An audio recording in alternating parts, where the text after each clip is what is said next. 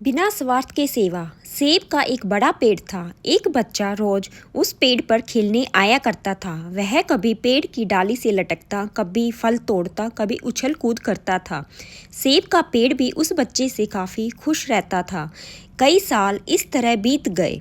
अचानक एक दिन बच्चा कहीं चला गया और फिर लौट के नहीं आया। पेड़ ने उसका काफ़ी इंतज़ार किया पर वह नहीं आया। अब तो पेड़ उदास हो गया।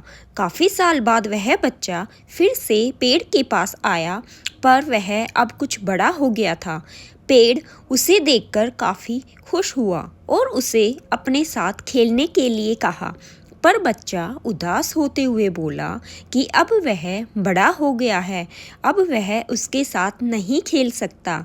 बच्चा बोला कि अब मुझे खिलौने से खेलना अच्छा लगता है, पर मेरे पास खिलौने खरीदने के लिए पैसे नहीं हैं।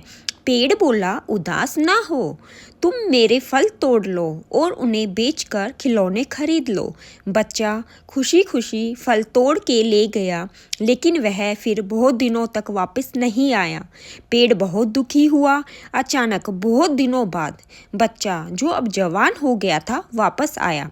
पेड़ बहुत खुश हुआ और उसे अपने साथ खेलने के लिए कहा, पर लड़के ने कहा कि वह पेड़ के साथ नहीं खेल सकता।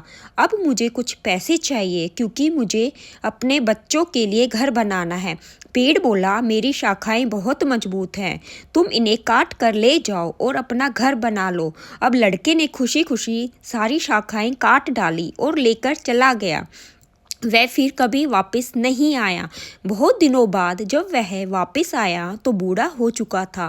पेड़ बोला, मेरे साथ खेलो, पर वह बोला कि अब मैं बूढ़ा हो गया हूँ, अब नहीं खेल सकता। पेड़ उदास होते हुए बोला कि अब मेरे पास ना फल है और ना ही लकड़ी, अब मैं तुम्हारी मदद भी नहीं कर सकता। बूढ़ा बोला कि अब उसे कोई सहायता नहीं चाहिए, बस एक जगह चाहिए जहाँ वह बाकी ज़िंदगी आराम से गुजार सके। पेड़ ने उसे अपने पास में पनाह दी और बूढ़ा हमेशा वहीं रहने लगा। मित्रों, इसी पेड़ की तरह हमारे माता पिता भी होते हैं। जब हम छोटे होते हैं तो उनके साथ खेलकर बड़े होते हैं और बड़े होकर उन्हें छोड़कर चले जाते हैं और तभी वापस आते हैं जब हमें कोई ज़रूरत होती है।